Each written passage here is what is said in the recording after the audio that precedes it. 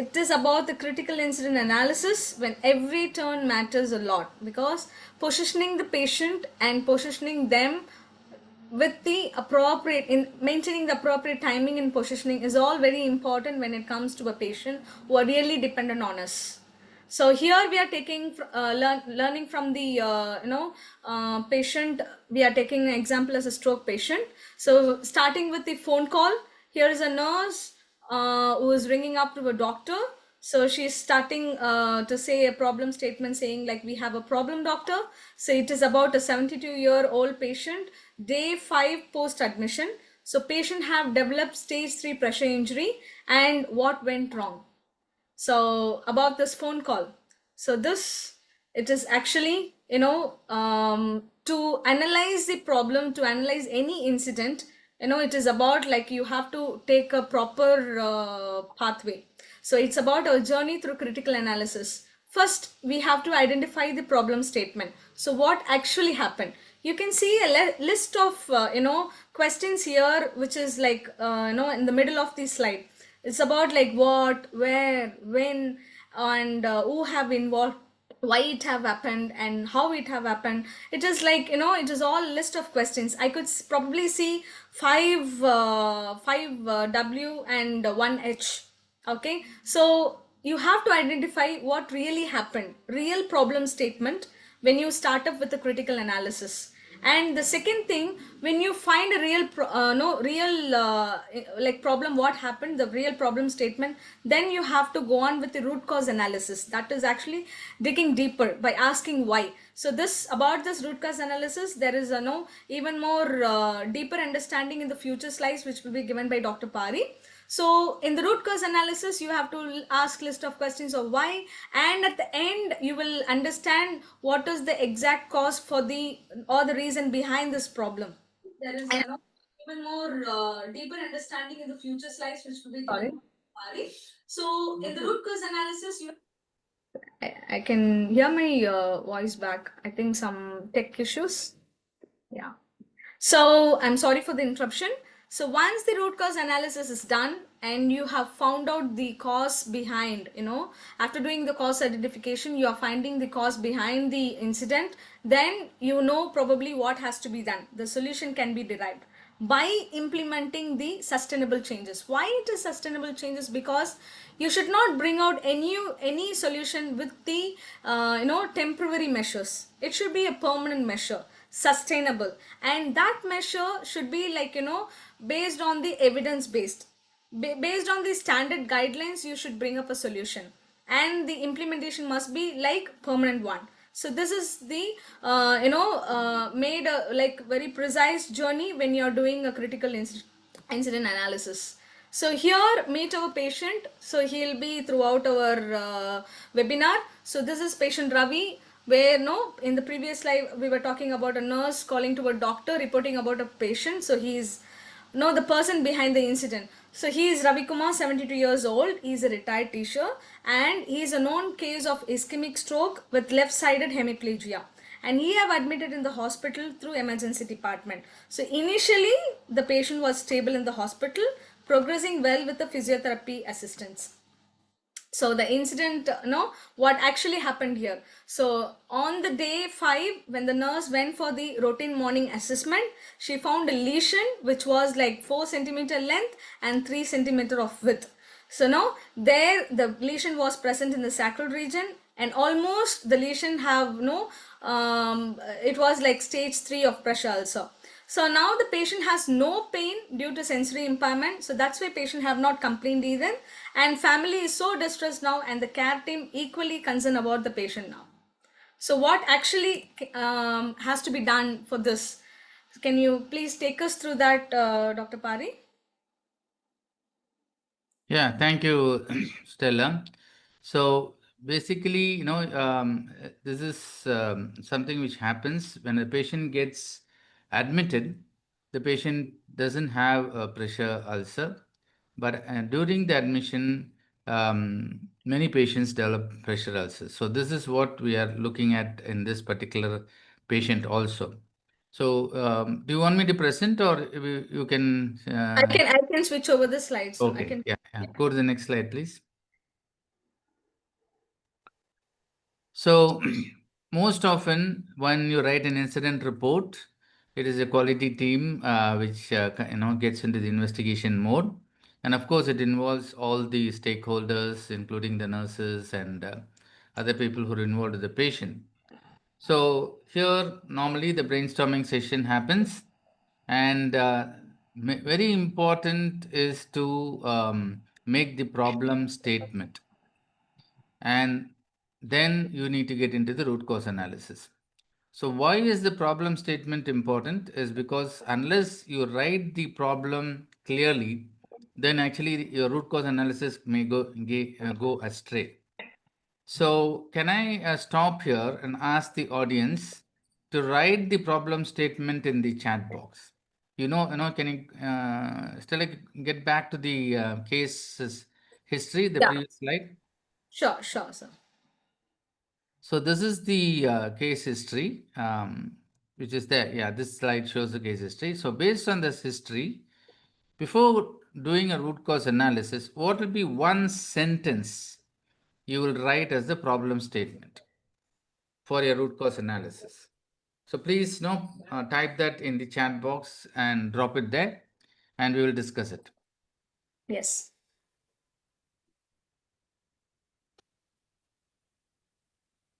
You can start, answering in the chat box as sir have mentioned.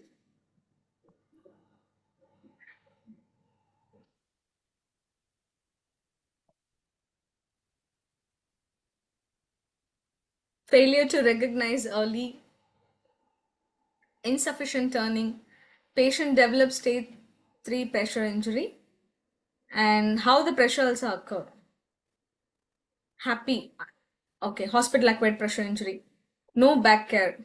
Poor observation and lack of positioning. Thank you so much. Position didn't change 2 hourly. And failure of routine. Okay, back care. Okay, poor observation, poor nursing assessment.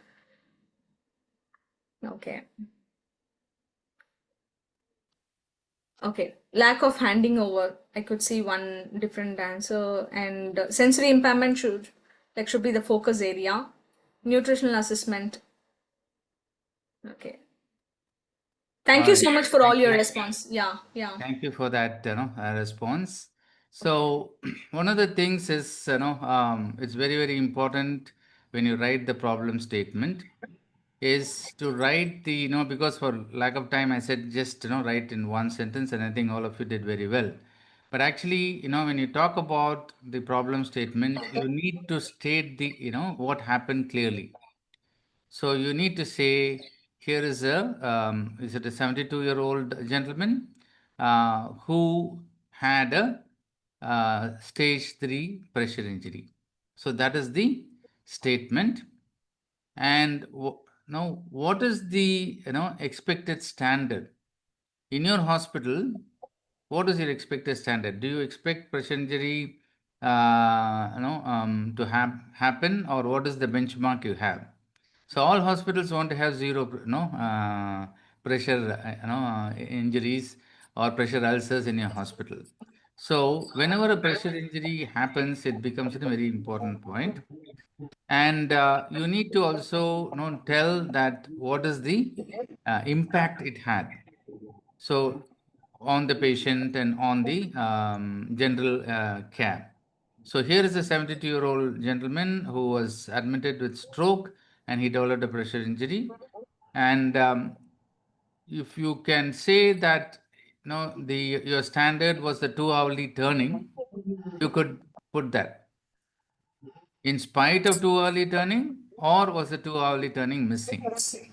So that also becomes part of the problem statement. Okay. Yes. And if you say in spite of the 2 hourly turning, then it means you have met the standards. But you have not, then you should say probably because the 2 hourly turning was not maintained properly. So that whole thing is a problem statement. So the problem statement is not only the problem to the patient, but what you think caused the problem. That is not the root cause analysis, but that is where you start. Okay. So that is very important to think about. So next slide, please. So this again, you can't write it as a part of, the incident report. Now, many hospitals I find, not only the incident report is there, even the root cause analysis is sometimes written there. So the incident, as we discussed in the previous webinars, is only to discuss how the incident happened, where it happened, all those, just the details about the incident. Then when you meet together, you brainstorm, and first you brainstorm the problem statement. And that is how you start the root cause analysis. Next slide, please.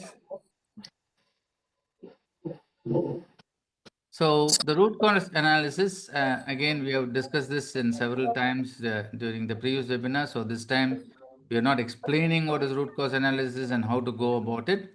So basically, the reason for root cause analysis is to stop this blame game. So immediately what happens when an incident happens, you start finding a scapegoat and start, shouting at them. So now the whole process is to write an incident report and await the root cause analysis session. So till the time, you assume it is a systemic cause and not an individual cause, and the focus is on system improvement. Next slide, please. So we will, in this case, we will use the 5 A's technique, as starting with the problem statement, as I said. So why did the pressure injury develop? Next, because of prolonged pressure. So why was there prolonged pressure? There has been inadequate position changes. Why was there inadequate changes? The turning schedule was missed. So somewhere along the line in the case sheet, the turning schedule was not included. And therefore, this was not done for that particular patient. And as Stella pointed out, this is a patient with stroke. So the patient, even though he developed the ulcer, he did not complain of pain till another nurse did a routine assessment. She did a routine assessment and found out that it is already progressed to stage 3 pressure ulcer.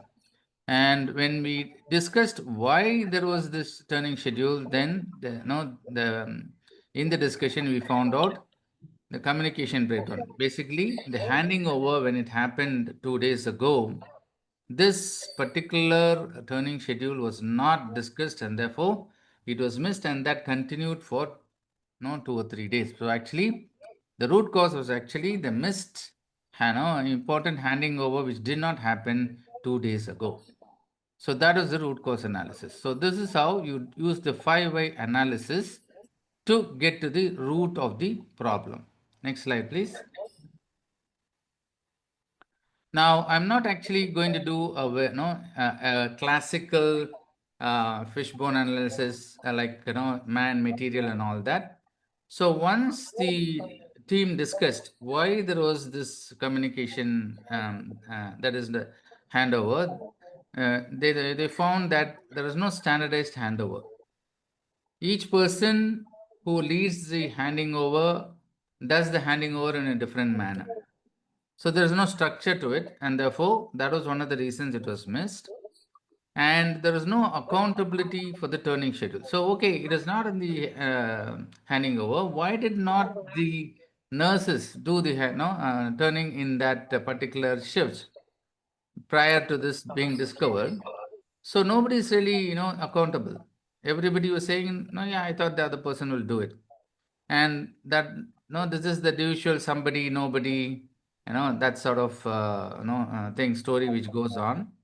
And because there was no documentation, the nurses were expected to remember to turn every 2 hours, which is very, very difficult because you already pointed out there are staff shortages, and therefore it is very difficult to remember unless there are some alerts or reminders or some sort of documentation is there. So when they went into the root cause analysis of why communication breakdown happened, so these are the causes which came out. So you can understand that it is, though we talk RCA kappa, if you really sit and do a brainstorming, several causes will, systemic causes will come up in the discussion. Next slide. So finally, it was, thought that particular day, the senior nurses was on leave to a public holiday. and therefore, no, a junior person led that handing over, and therefore this was missed because again, there is no structure. It was the responsibility of the senior nurse to remember this and tell the nurses that this has to be done. This again is not a very smart no, process. And as we already pointed out, the patient appeared to be comfortable because he had a stroke and he could not feel, no, the loss of sensation was there. And the verbal, the handing overs are all verbal. There is no documentation of the handing over. And more importantly, in a patient who had a stroke, the family was not actually educated that this patient has to be turned secondarily. If they had been educated, at least they would have asked why the patient is not being turned. So there's a lot of contributing factors which came up from the root cause analysis, and each one of them needs to be addressed. So as we discussed earlier, once a lot of causes comes, we need to prioritize. So when you look at all these causes, we need to prioritize. Senior nurses going on leave on public holiday, you can't do anything about it. You can't cancel the Yes. leave, right? So maybe family education you could prioritize, or it could be documentation of handing over is Yes. prioritized. It's totally up to you. Each hospital, the incident management team has to decide what to prioritize and put those things first and keep implementing the changes which will prevent these sort of pressure injuries happening in the future. Next slide, please. Okay, so let's get into actually, what is the importance of turning and how pressure reduction prevents ulcers. So 2 hour, why is this 2 hour? So the 2 hour position changes is the maximum interval for high risk patients. So many studies have shown patients develop pressure ulcers even as early as 30 minutes after in a particular position. It all depends on how sensitive the skin is and how so many things, the nutritional level and all that. As a surgeon, we have found even after 1 hour hernia surgery, patients developing pressure ulcers. So that is how quickly pressure ulcers can happen. So, but to be practical, studies have shown that every 2 hours we need to do the position changes, because if you don't do that, beyond that, the risk of getting pressure ulcer goes up exponentially. So that 2 hours is the time which you need to, ideal time you need to turn the patient. And if you do pressure reduction, turning is one of them. There are so many other mechanisms. We are not going to go into detail.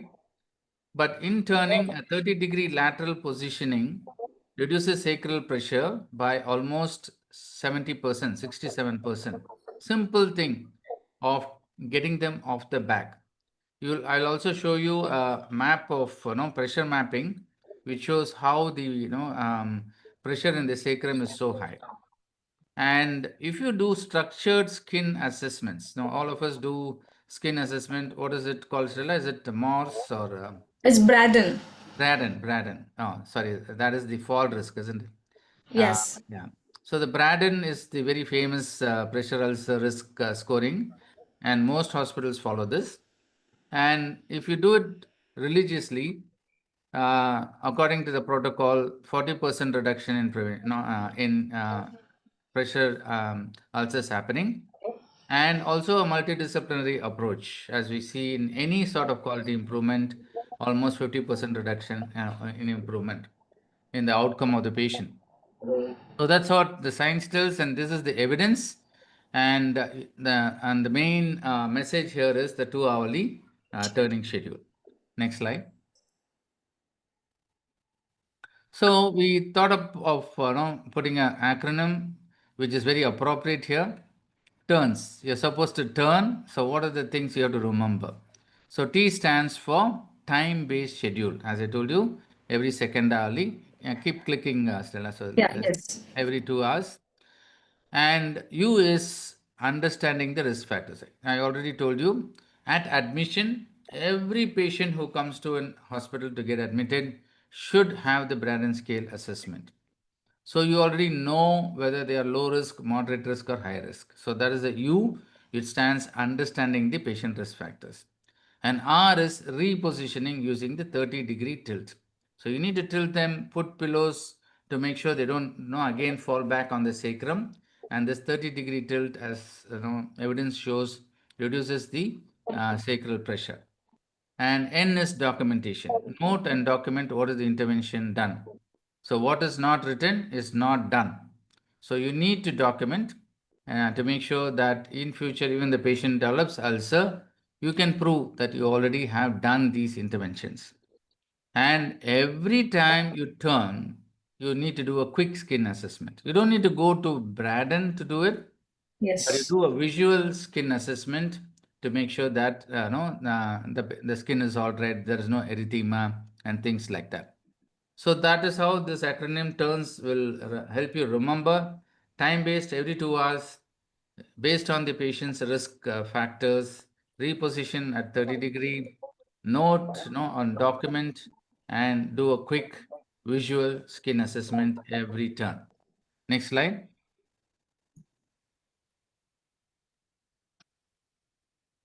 Okay, so once you have found a pressure ulcer, so there needs to be the immediate correction. So you need to, for stroke patients, some protocols say that you need to do hourly skin checks. It all is depends on your hospital policy. So if that is, because I told you this, even for normal people, that is, I'm talking about anesthetized, people and people who have pressure ulcers, it may be much lower than 2 hours. For normal people, it is, 2 hourly. But for anesthetized patients, meaning either they have stroke or they have general anesthesia, so that they can't turn on their own, it can happen much quicker. So that is why some hospitals insist on a hourly skin check. And mandatory documentation, visual positioning aids. We'll talk about this in the next few slides. And multidisciplinary injury rounds. All these things should be put in your fall prevention or, pressure ulcer healing protocols. Next slide, please. So here are some preventive actions. So one is the electronic turning schedule with alerts. What is this? So basically, this is helpful in two ways. It can be implemented. No, go back, please. Yeah. So one is if you have an electronic medical system, then some of the EMRs have this feature where you put the time of your assessment, and automatically that is preset to give you an alert the next 2 hours. Suppose you say at 8 a.m. you have repositioned the patient and document that in your EMR. Automatically you will get an alert at 10 a.m. A beep will go saying this patient needs turning. So this is the electronic turning schedule. Some beds also come with this functionality. Just like now car seats, if a passenger sits only, you will get the car belt alert. There is a Okay. weight sensor there, right? In the car, you would have noticed in the newer cars, in the models which have been released last year and this year, normally, if there is no passenger, the car seat alarm, the car seat belt alarm will not go up. But when some passenger sits only, the car seat alarm will go up. Seat belt alarm will go up. So this is the pressure sensor which has been put in your car seat. Similarly, such pressure sensors are now put in the beds. And when there is a change in position, that pressure sensor detects it. And then it remembers that time. And 2 hours from the time, it will give an alert. So we have smart beds now, which with alerts, which will help you to turn. So these are all aids which help a busy nurse to remember to turn the patient. We already talked about family education program on positioning. Tell them that every 2 hours it has to be turned, patient has to be turned, and they'll remember and remind you. And another thing is doing the monthly incident analysis. How many people have had pressure ulcers, and then that will give you a some sort of thing to do that. And you can also measure the competency based staff training model. How many of the staff have actually been trained to do this, and how many of them do this turning properly, so that the pressure is relieved. So all these have to be monitored and documented. Next slide. So this is a very, very low cost low-tech visual reminder, which you can put up in the bed in a patient who needs to be turned. So, 12 o'clock, turn the patient on the back, 2 o'clock, right side, 4 o'clock, left side, again 6 o'clock on the back, 8 o'clock, right side, 10 o'clock, left side. Simple. So you can, if you want, you can put this in the chart and put a check box, and this will work. You don't need to buy expensive smart beds. Even this very low cost thing also works. Next slide. So this is the, I talked about the smart bed sensors, and there are mobile apps which can be connected to this. The other thing is the pressure mapping. I already talked to you about. Here you can see that in the, I don't know, you need to just show that in the, the 0, 30, and 45. Yeah, this is the position of the bed. Here you can see the patient lying down flat. And the red is the very high pressure, the blue is the lowest pressure. So when the patient is lying down, there is not, so this is the head end, okay? The right head is on the right side and the foot is on the Yeah. left side, okay? Left side. Yeah. So you can see the sacral area when the patient is lying down doesn't cause much pressure. But when the patient bed is elevated to 30, you can see how the sacral area is getting red, and 45, it becomes very intense red. So not only the position of the patient, but how you position the patient in the bed matters. So that is why these pressure mapping sensors, some of this I told you, smart beds have this pressure mapping sensors, which can actually alert which position actually is best for the patient. Providing, no, again, stroke patient, you can't put them flat because of the risk of aspiration. So you necessarily have to put them either on 30 degrees. So there is, a very high risk of, and you can also know where the pressure is more, so that in addition to turning, you can put the devices which will offload the pressure from these areas. So that is why you do the pressure mapping.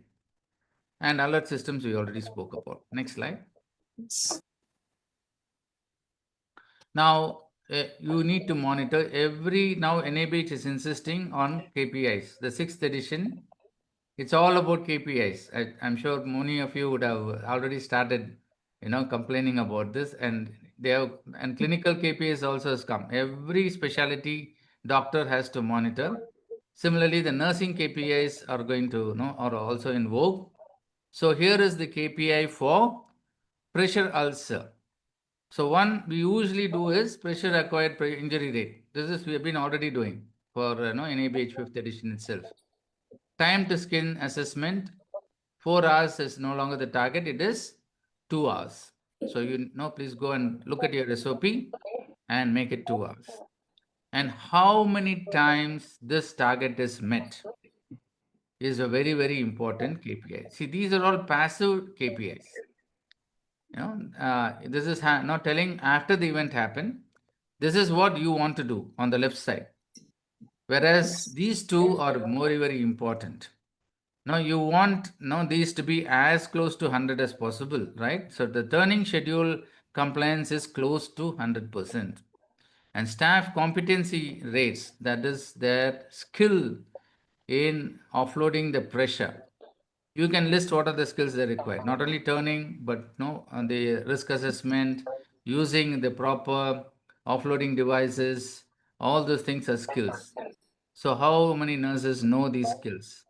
So these KPIs should be monitored, and this should be fed to the all the nurses on a regular basis, so that they are aware where they stand. So very important to do this KPI monitoring.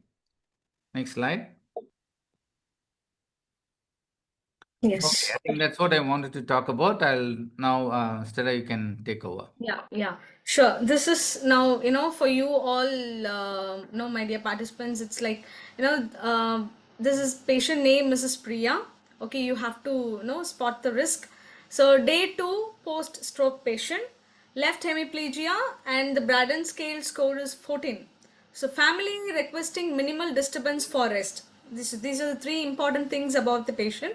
So what are your top 3 intervention priorities? So you have to say top 3 intervention priorities based on the patient condition. Patient is left hemiplegia, Braden scale score is 14, post-stroke patient, and also family is requesting for minimal disturbance for rest. So it is like considering all these 3 points, what are all the interventions you do for the patient? Top 3 intervention you can drop down in the chat box.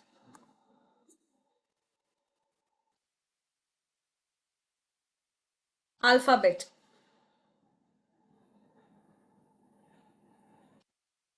Comfort devices. Alphabet. Okay, you will give alphabet, comfort devices.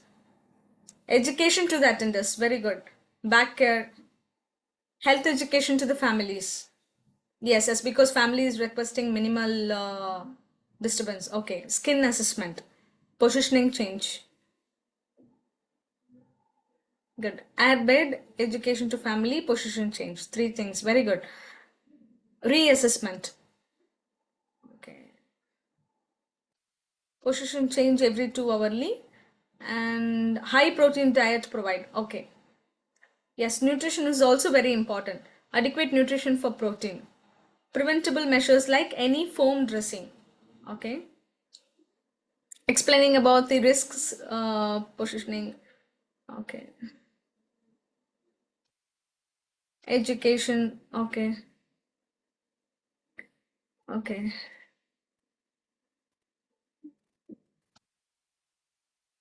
When it comes to, okay, passive exercises. Okay. Back massage. Assessment based on the clinical condition. Thank you so much. Physiotherapy. Okay. Thank you so much for all your responses. Okay, so let me move to the next slide. So evidence-based priorities for the Mrs. Priya. So we have no, thank you for all your responses, because all your responses shows like how far like you are able to make a quick interventions for this kind of patient. And we would also like to show you like what are all the interventions what we have made for patient Priya. So immediate skin assessment and risk stratification for the patient, and then because the patient is hemiplegic, immediately we have to do the skin assessment, and we should know in which risk status the patient is, like using the proper tool, and then implement 2 hourly turning schedule. You all have mentioned that, and also mention the documentation. Every 2 hourly you have monitored the patient schedule, you have maintained properly. More than that, what you have observed on the patient during the skin assessment, what you have observed on the any changes, it might be a mild redness, that's fine. You have to document in your notes that saying that patient have mild redness, how much it is measuring. You don't have to wait until it is changing into the pressure injury. When the skin color changes itself, you have to document it. And family education and positioning importance, you all have said about educating the family is very important. I was very glad to look into that comment, because most of the family members, when they come and admit to the hospital, no, they would say we don't want much of coming inside, talking with the patient, don't disturb us or do not disturb. It's all I agree, but when it comes to the patient and high risk patient for the pressure injury, you have done all the assessments and this patient is prone for pressure injury, that's where the moment during the initial assessment itself you tell to the patient family, we'll be coming every 2 hourly once to reposition the patient, turn, and you also have to educate them about the importance of the turning schedule, so that they'll also be very alert, like why you're coming, and then why it is so important to position the patient in order to prevent them from serious complications. Good, that point you all have highlighted that. And pressure relieving devices and nutritional assessment, all these things you were able to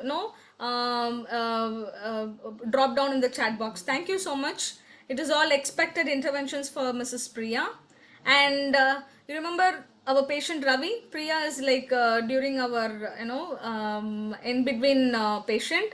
Like Ravi is our older patient, 75 years old patient. Like rest of the story is like extended hospital stay, additional 14 days. Patient came, just patient was stable during the time of admission and all, and after 4 5 days only patient developed the pressure injury of stage 3. So what's happened to the patient? The length of stay is extended.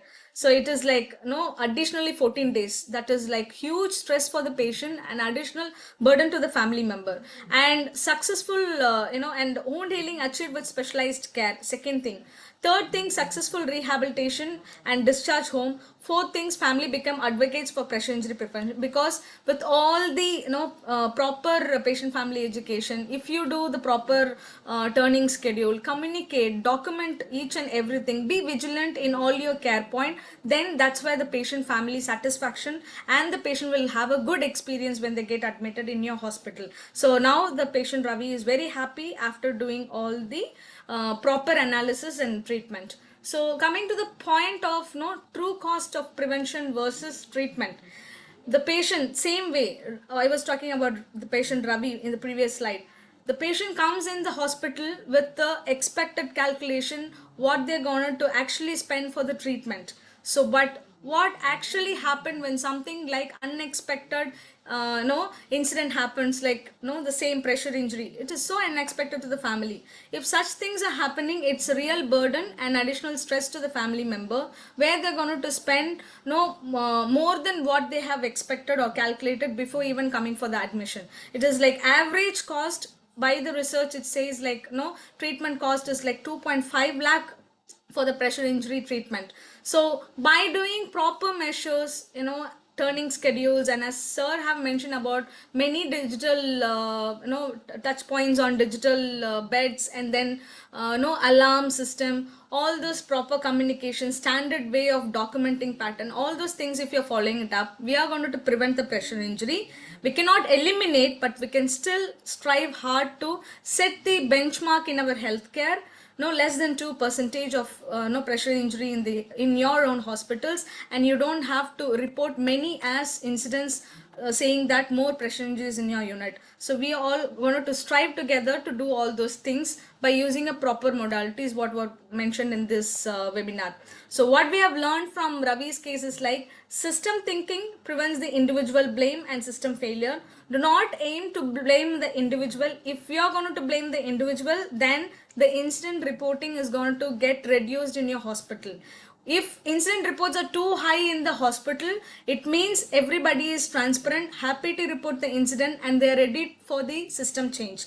If they are not doing, if your hospital anyone is saying you don't have any incident in your hospital, it means the blaming culture is so high, that is why they don't want to come up with any system change. So promote the culture, like you encourage the individual to report the incident, and proactive prevention like cost less than reactive treatment, and team communication and documentation is very important, which actually plays a major role in the patient safety aspect. And the last thing is like continuous learning transform incident into improvement. It's not a one time learning, it's about lot of digital innovations are coming, lot of system changes are coming. You have to upgrade yourself to make something different and give a lot of patient experience to the in the healthcare. When they're coming admitting in the hospital, they have to go back happily from the hospital without any harm. So this is the key takeaway out of this webinar. So call to action is like conduct pressure injury prevention audit this week. So this is actually a possible call to action. No, like you, there may be like senior most nurses or senior more healthcare professionals who are in this team and attending to this webinar can actually take in this into consideration, and you can do this. Conduct pressure injury prevention audit this week, and then implement turns framework in your unit. So and then share learnings with your team, and also join SkillsforMed community for ongoing support. So this is the call to action, and we have come to an end.